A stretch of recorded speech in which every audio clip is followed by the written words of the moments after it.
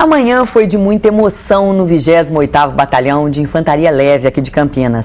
Foi uma homenagem aos veteranos da Segunda Guerra Mundial que vivem aqui na nossa região. Pois é, sábado fez 65 anos que a guerra acabou. E ouvir o que aconteceu dos próprios pracinhas é uma oportunidade de conhecer uma história que vai muito além dos livros. 65 anos não apagaram da memória destes senhores o que viveram na guerra, especialmente daqueles que lutaram nos campos montanhosos e gelados da Itália. As batalhas principais a gente não esquece nunca, né? Seu Antônio Secassi, 89 anos, segundo tenente do Exército, lutou a Segunda Guerra sem sair do Brasil. Ele fazia parte dos militares que protegiam o litoral do país. Estou completamente emocionado, alegre por receber essa homenagem. 10 ex-combatentes como eles foram homenageados hoje no 28º Batalhão de Infantaria Leve em Campinas. Durante a cerimônia foram relembradas as batalhas e as 1.800 mortes de soldados brasileiros na Segunda Guerra. Os pracinhas foram condecorados com a medalha de Heróis do Brasil. É o último exemplo que nós temos, né, de brasileiros que foram mandados ao exterior, representando o nosso país, defendendo os nossos princípios, nossos ideais, né, e voltaram vitoriosos. 25 mil militares brasileiros estiveram na Segunda Guerra. Em um dia de homenagens, o Exército lembra as vitórias, mas na memória dos ex-combatentes também estão as derrotas, os sacrifícios e as histórias de solidariedade. É o que você acompanha agora numa reportagem especial. Os olhos do seu Justino não enxergam mais. Os do seu Abel também não. Mas a vida de mais de 8 décadas está muito clara na memória de cada um deles e de tantos mais espalhados pelo Brasil.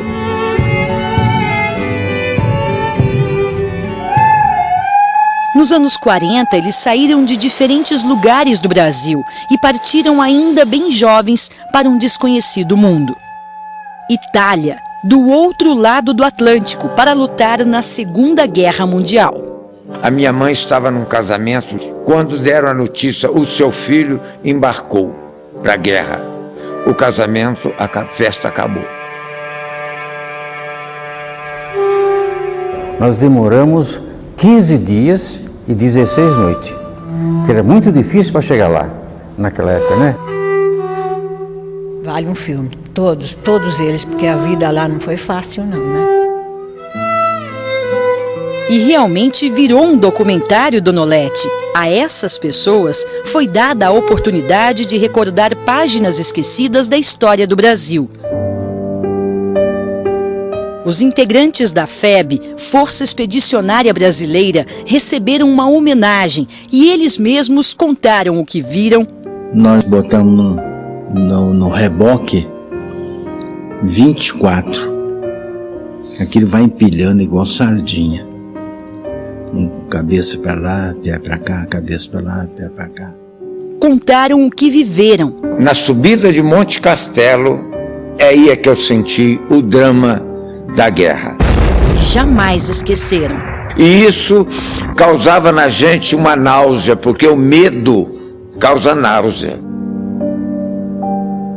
Eu ouvi cerca de 30 veteranos, né, ao longo de 1 ano e meio de entrevistas nos estados de Minas Gerais, Rio de Janeiro e São Paulo, né, em diversas cidades desses municípios. Meu nome completo é Rui de Oliveira Fonseca. As palavras dos veteranos do 3º Batalhão do 10º Regimento de Infantaria, conhecido por Lapa Azul, representam a memória de 25 mil homens que embarcaram para a Itália. Ora, sair do trópico para um país europeu foi um choque muito grande. Histórias compartilhadas pelo seu Abel e seu Justino, da Associação dos Expedicionários de Campinas. Tinha dia, eu mesmo, por exemplo, eu pedi a Deus para encontrar o inimigo, para eles poderem parar, descansar, de tanto andar com aquele peso. Então, quando você encontrava o inimigo, para atirar nos inimigos, você tinha que deitar. Dando tiro, você está deitado, você descansando um pouco as pernas. Os combates em Montese, Monte Castelo, Castel Novo e For Novo são lembranças permanentes. Eu vi vários companheiros morrer assim ao meu lado. Eu pensei que também que ia morrer, né? Eu não tinha nem esperança de sobreviver. Na Itália, o combate. No Brasil, as tropas ficaram no arquipélago de Fernando de Noronha, caso houvesse um ataque pelo mar. Seu João, o que é que o senhor lembra daquela época lá em Noronha? Uma trincheira que nós fizemos de 50 por 100 na mão. E no território da batalha, a fome também tirava as forças dos italianos. Muita gente faminta no porto pedindo, né?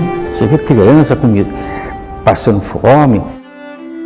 Os pracinhas brasileiros deram exemplos de solidariedade, como conta emocionado Giovanni Sulla, pesquisador italiano. Imagina, anche per o brasileiro le razioni non erano molto grandi, però per esempio a mattina, a manhã, le prime persone che comevano erano sempre i garotti, benché crianza, e davano per esempio un mingau. Enquanto nossos heróis combatiam o inimigo lá fora, convivendo com tropas internacionais sob o comando americano, o Brasil vivia a ditadura da era de Getúlio Vargas. Exatamente o regime que os brasileiros estavam combatendo lá fora na Europa. Quando as tropas retornaram ao país, o movimento político seguiu novos rumos.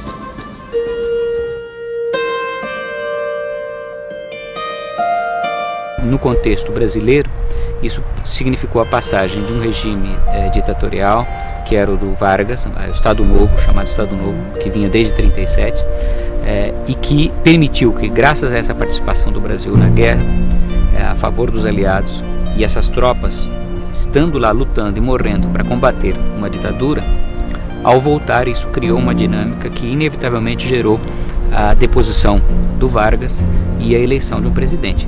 E os prestígios militares eram tão grandes, justamente por causa disso, que o primeiro presidente foi um militar, o Dutra.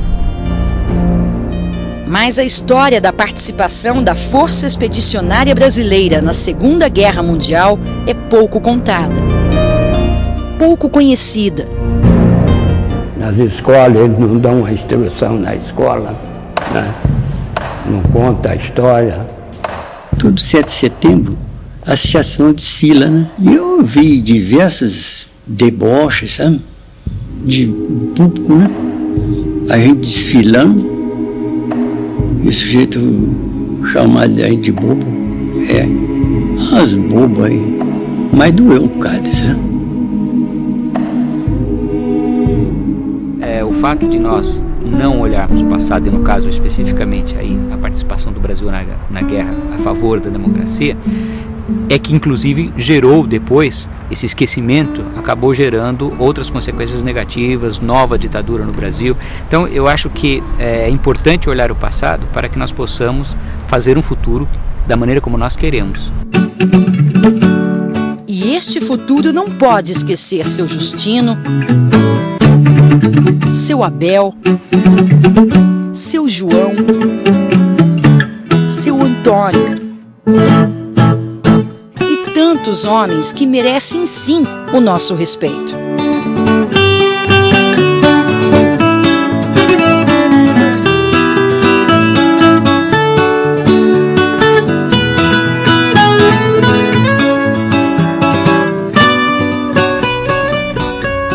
Uma boa tarde. Tenha uma ótima semana.